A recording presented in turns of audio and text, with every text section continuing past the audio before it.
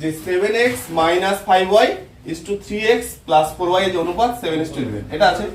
আমাদের এটার সাহায্যে প্রমাণ করতে হবে এই যে পার্টটা, যে এটা ইজ টু এটার যে অনুপাতটা সেটা কত, দেখ এই যে 137 ইজ টু কত 473, এটা প্রমাণ করতে হবে। তাহলে আমরা কি লিখতে পারি যে 7x minus 5y divided by কত 3x প্লাস কত 4y 7/11। দেখ অনেকের হয়ে গেছে অঙ্কটা, একটু দেখে নে, হ্যাঁ যাদের হয়নি তারা শুধু টুকে নে তাহলেই হবে। এবার দেখ এখানে যখন গুণ করছি 7 দিয়ে 3 কে গুণ করলে কত হচ্ছে 21, আর এদিকে 7 দিয়ে দেখ 11 কে যদি গুণ করি 77 হচ্ছে। কি বললাম, যেটা সাধারণত বড় হয় সেটাকে আগে লেখা হয়, এইভাবে লিখেই করা হয়। তাহলে কত হচ্ছে 11 গুণন 7, তাহলে 77 কত x মাইনাস কত 11 গুণন 5 কত হচ্ছে y, এখানে 7 দিয়ে 3 তাহলে কত 21x, আবার 7 দিয়ে 4 28 কত হচ্ছে y। আচ্ছা এবার সকল x গুলোকে একদিকে নিয়ে আয়, তাহলে যদি x গুলোকে একদিকে নিয়ে আসি তাহলে কি পাচ্ছি বল, 77x তার থেকে বিয়োগ হচ্ছে কত 21x, এইদিকে 28y প্লাস কত হচ্ছে 55y, তাই না? পরের লাইনে 77 থেকে 21 গেল, তাহলে হচ্ছে 56 কত হচ্ছে x, এইদিকে 83 কত হচ্ছে y। দেখ এখানে যে মানগুলো আমাদের বসাতে হবে, আমাদের x is to y আকারে, মানে x এর মান আলাদাভাবে y এর মান আলাদাভাবে বসাতে হবে। তার মানে আমাদের এখান থেকে x এর মান বের করে নিতে হবে, আবার y এর মান বের করে নিতে হবে। এবার এই জন্য কি করব আমরা, যে এটাকে x এর নিচে যদি আমরা 83 রাখি তাহলে x বাই 83 ইকুয়াল আমরা কি হবে, তাহলে এখানে কি পাবো y বাই এদিকে 56 এদিকে চলে গেল, তাহলে কত 56। দেখ টাকা আমরা উপরে x y টাকে রাখলাম আর নিচে ডিজিট গুলোকে, যে x বাই 83 এদিকে কত হলো y বাই 56, আবার একই ফর্মে সেটা হচ্ছে k ব্র্যাকেটে ধরি হলো, যেখানে k টা অলওয়েজ নট ইকুয়াল 0। এবার তাহলে এখান থেকে আমরা কি পেয়ে গেলাম, x এর মান কত 83k ও y এর মান কত হচ্ছে 56k হলো। এখানে অনেকে যে ভুলটা করছিস তোরা, হ্যাঁ অঙ্কটা করছিস ঠিকই, কিন্তু গন্ডগোলটা হচ্ছে কি এই জায়গাটাতে যে x এর মান 83 বসিয়ে দিয়েছিস শুধু হলো, বা x এর মান শুধু 56 বসিয়ে দিয়েছিস, ব্যাপারটা এরকম না হলো। এখানে এই যে দুইটার অনুপাত, মানে এখানে যখন আমি x is to y বের করছি, x এর নিচে যদি y ফেলে দেই তাহলে সেটা কত আসবে 83/56, এই দুটো হচ্ছে তাদের অনুপাত হলো। তাহলে এখানে যেমন এই যে x is to y, যখন আমরা এখান থেকে যদি আমরা x is to y বের করতে যাইতাম তাহলে x এর নিচে আমি y ফেলতাম, তাহলে x বাই y, তাহলে কত আসতো তখন 83 is to 56। তাহলে 83 is to 56 এটা কি, এটা হচ্ছে x is to y এর মান হলো।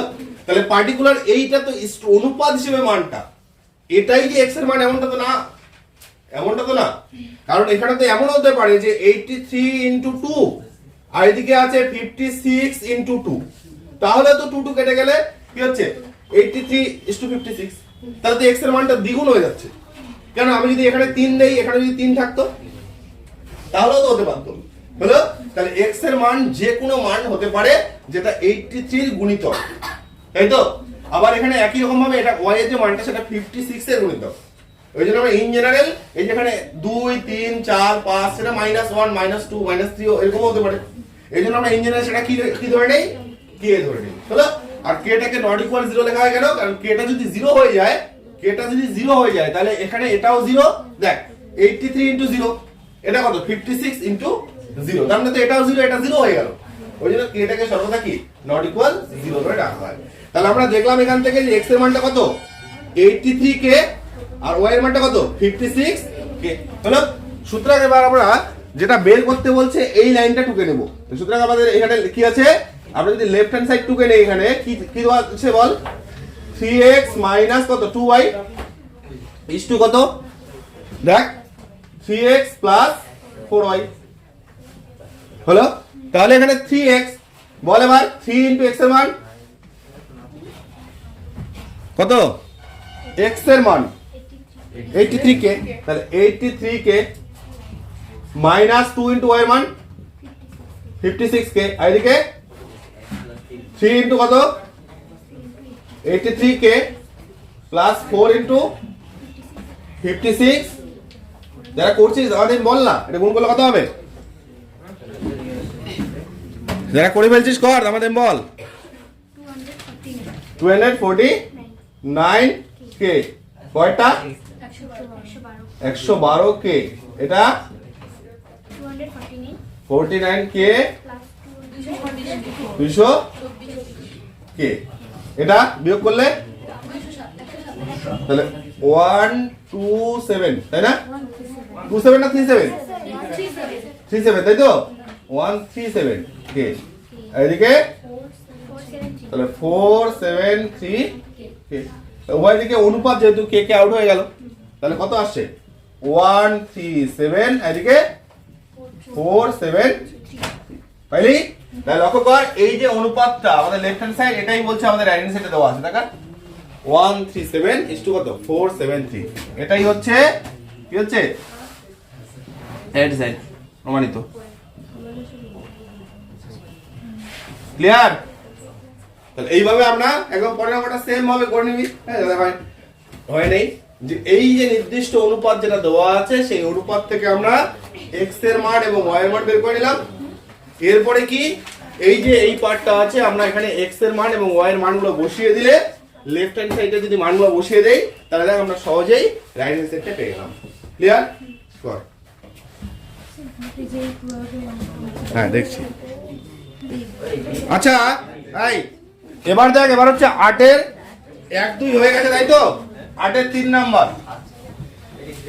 যে কোন সংখ্যা 4:7 অনুপাতের পূর্ব পদের সঙ্গে যোগ এবং উত্তর পদের থেকে বিয়োগ করলে, মানে কোন সংখ্যা, মানে 4:7 যে অনুপাতটা দেওয়া আছে, তার পূর্ব পদের সঙ্গে করতে হবে যোগ আর উত্তর পদের সঙ্গে করতে হবে বিয়োগ। বিয়োগ করলে উৎপন্ন অনুপাতটি কত? 2:3 ও 5:4 এর কি হচ্ছে? যৌগিক অনুপাত হবে। তাহলে আমরা ধরে নিচ্ছি সেই নির্দিষ্ট সংখ্যাটি হচ্ছে m। ঠিক আছে? দেখ ধরি নির্দিষ্ট সংখ্যাটি, দেখ ধরি 3 নাম্বার, হ্যাঁ দেখ ধরি নির্দিষ্ট সংখ্যাটি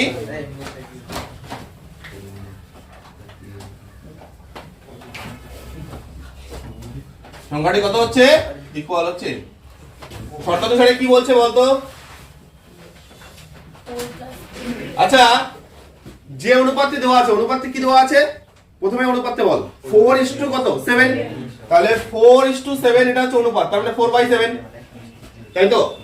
এর পূর্বপদ, পূর্বপদ মানে কোনটা? 4 হলো।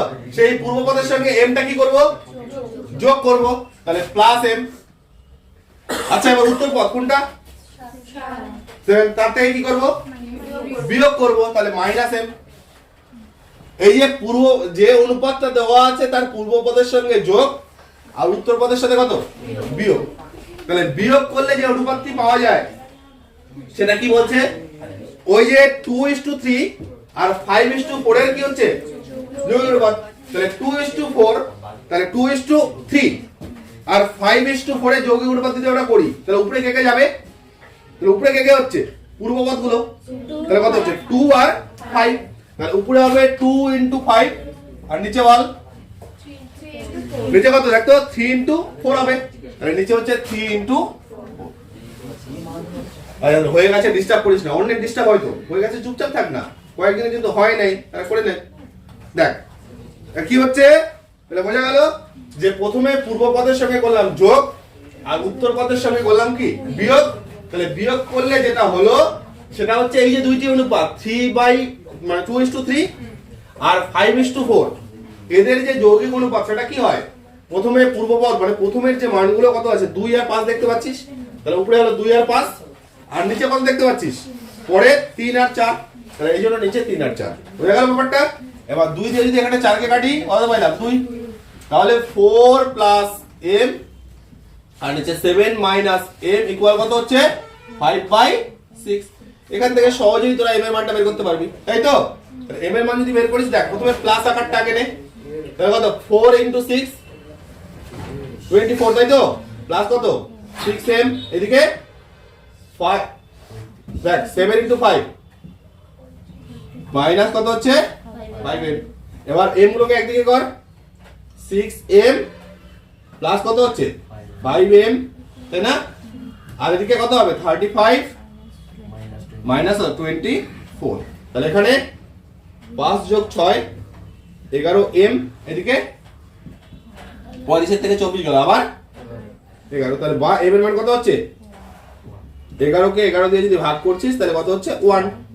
m এর যে মানটা পেয়ে গেলি সেটা হচ্ছে 1। তাহলে কত যোগ করতে হচ্ছে, পূর্ব পদের সঙ্গে 1 যোগ আর উত্তর পদের থেকে 1 বিয়োগ। লক্ষ্য কর 4 এর সাথে যদি 1 যোগ করিস তাহলে কত হচ্ছে 5, আর দেখ 7 এর থেকে 1 যদি বিয়োগ করে দিস তাহলে কত হচ্ছে 6। এই যে 5/6 পেয়ে গেলি। ব্যাপারটা এইভাবে আমাদের অঙ্কটা করতে হচ্ছে। তাহলে এই চ্যাপ্টারে কোনো সমস্যা নেই। আচ্ছা, প্রয়োগগুলো সবাই করছিস তো? নিজে করা যে প্রয়োগগুলো আছে অবশ্যই করবি কিন্তু প্রত্যেকে, ঠিক আছে? বাড়িতে অবশ্যই করবি, প্লাস যে উদাহরণগুলো দেওয়া আছে সেই উদাহরণগুলো ঠিকঠাকভাবে করে নিতে হবে, ঠিক আছে? যদি প্রয়োগ কারো কোনো না হয়ে থাকে তাহলে সেটাও বলবি অবশ্যই, হ্যাঁ।